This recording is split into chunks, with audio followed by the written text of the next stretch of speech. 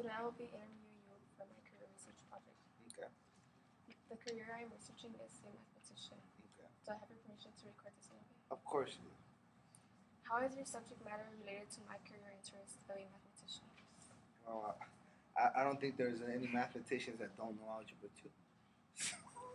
So that's one of the ways that very simple. I mean, it's just whatever you learn right now. You're just learning the foundation of mathematics, but when you get to the higher order or the higher math classes, that's when you start learning. Okay, how were these theories proven? And you're gonna have to start proving the theories that you're using right now.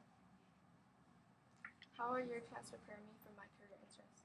I mean, pretty simple. I mean, it's like you practice. You have to, if you're gonna become a mathematician, you're very serious about that. You have to do math, practice math every day. That's something that we do in here, or I try to get all the students to do every day. I mean, and it's just the concepts that you learn in here are applicable in calculus or pre-calculus, and if you expose yourselves to them now, you're gonna run into them again, but maybe in a higher order level thinking, but you're still gonna run into What makes your class unique in comparison to other classes? unique. Well, I mean, it's the uniqueness of this course is, I would say it's just the whole idea with using stations, using the blast model, using the computers, using your iPads and all that. You guys have access to everything, like lecture notes, and let's say you get lost or you forgot your notes, you can always access them online, and not all schools do that. So, How do you implement character education in your class? character education. Well, if you look at the expectations up there, it says raise your hand, right?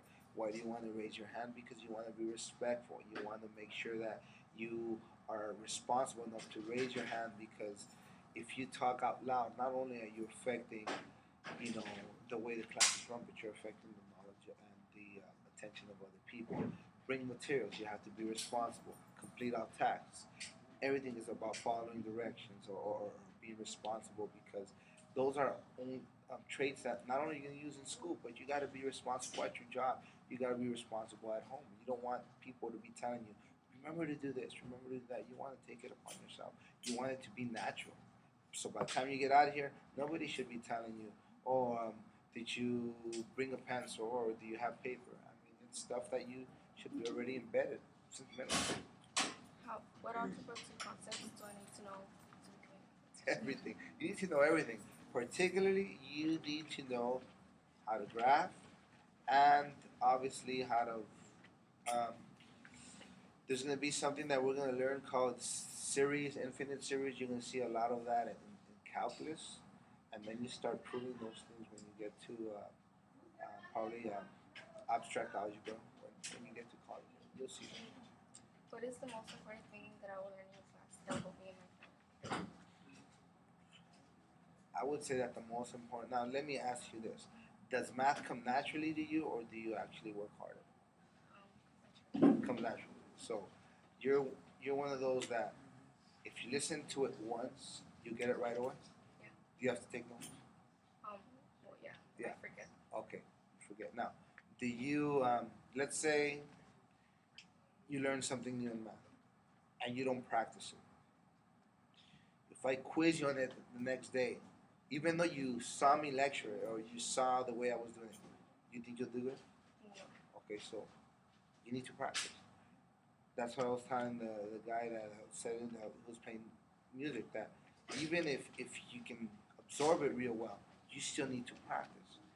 When you get to the higher order math classes, you're gonna have to practice, and it's something that you can't just say, "Oh, I'm good at it."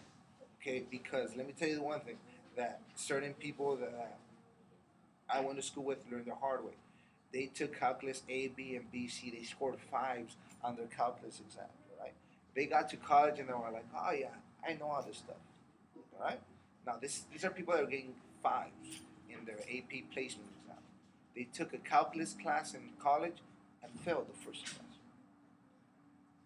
Okay, why? Because they thought, "Oh, I know it all." Math comes naturally, but they didn't practice. It's a different ballgame when you get to their to college, and you were mentioning you took geometry in middle school, right? Now I know here they may, I don't know if they're gonna place you guys in geometry again or let you jump to pre-calculus, but I would recommend that you take it anyways because um, the curriculum in a middle school may not be as advanced or may not be adequate enough to serve you later, Well, kind of is. I help my sister with her geometry homework, right? and it's like the same thing. It's the same thing. Okay. Now let me ask you this: in the summer, um, what do you do in the summer? Do you like take like the whole, I know you have summer, but do you do any work in the summer? Like you practice your math, you practice your well, what other class are you good? Like English. English. Well, not like creative writing, but like. Just regular English. Do you still read? Do you still do math? Yeah. Doing that? Okay, now. Um, would you like to advance more in math during the summer? Yeah. You heard of the Escalante program? Yeah. We did that in summer break. You did that in summer break? When did you do it? Like this summer. What did you take? What do you mean? What did you take this summer? Like what math class did you take? Well, I don't know. Math. Okay. Okay. Oh, you. Okay, you did Yeah. it. Okay, so there's a summer program that me and Mr. Moreno do every year. I've been doing it for 10 years. It's called the Jaime Escalante Math Program, and you do a whole year's worth of math in 6 weeks. It's from 8 to 5 every day, Monday through Friday for 6 weeks, and the school will give you credit for that. So let's say right now you're taking algebra 2, you took algebra 1, you took geometry. Okay, let's say you take the Escalante program this summer and you do pre-calculus. Guess what you're going to be taking when you come back as a sophomore? Okay, now you may want to consider that because that's a very good option, and one of the things that you will be challenged over there because the majority of the students are not from the south. They're from other communities. They're from communities that they send their top-notch students. So that's will give you a reality check there because everyone there is going to be as smart as you are, or maybe even smarter. So you may want to think about that. Based on what you know about me, do you think I will succeed in this career? Yeah, I have no doubt that you will succeed. I mean, there's nothing. I mean that I can say personally from what I've seen that will affect or adversely affect your career path. I mean, you're on the right track. What I do want you to keep in mind is that as a mathematician, I mean, it is a lot of math, obviously. But do you know what, like in the long run, what you're doing as a mathematician? Like you're not. I mean, do you want to be a professor? Is that what you want to be, or what is it that you want to do with it? I want to be a high school teacher. Oh, I don't know. Okay, you want to be a high school teacher. Or like work in a bank or Work at a something bank. else. Okay. All right. So you want to study math because you like math. Yes. Okay. So this is what I would recommend that you do. Okay. Well, obviously for to be a high school teacher, you don't need to be like a mathematician. I mean, you need if it serves you well if you have a math degree. Okay, I'll give you that. But if you're gonna like if you we're talking about mathematicians like people that work at a university, they're professors. The majority of the time, what they're doing is they're doing research. All these theories that you learned, the fundamental theorem of algebra, there were researchers that developed those theories, and that's what you're doing. You're probably creating your own theory, the Yamilex theory, and then you apply it, and that's what and that's basically what they're doing. So I mean, there's nothing wrong with wanting to be like a mathematician, but I'm just saying that um, you got to make sure that you are aware of what you can do with that math degree. You got to be saying, okay, if I have a math degree, what is it that I can do with it? The good thing about math is that you can cross over. You can cross over to engineering. Engineering right now, environmental engineering, is a lot of math, and that's where the money is. You want to be rich, right? You want to be rich. You want to make a lot of money, right?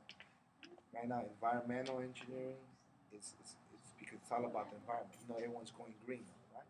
So a lot of like your math classes, higher math classes, are going to overlap with. You're going to have a lot of engineering majors in your first math courses, and then once you start taking the higher level math, the engineers go this way. They say, oh, don't want anything to do with that because that's when you start developing more advanced concepts. But a lot of mathematicians double major, so you don't want to think about that because you get to apply your math. Plus, you make money. Okay. Thank you for taking the time to No problem.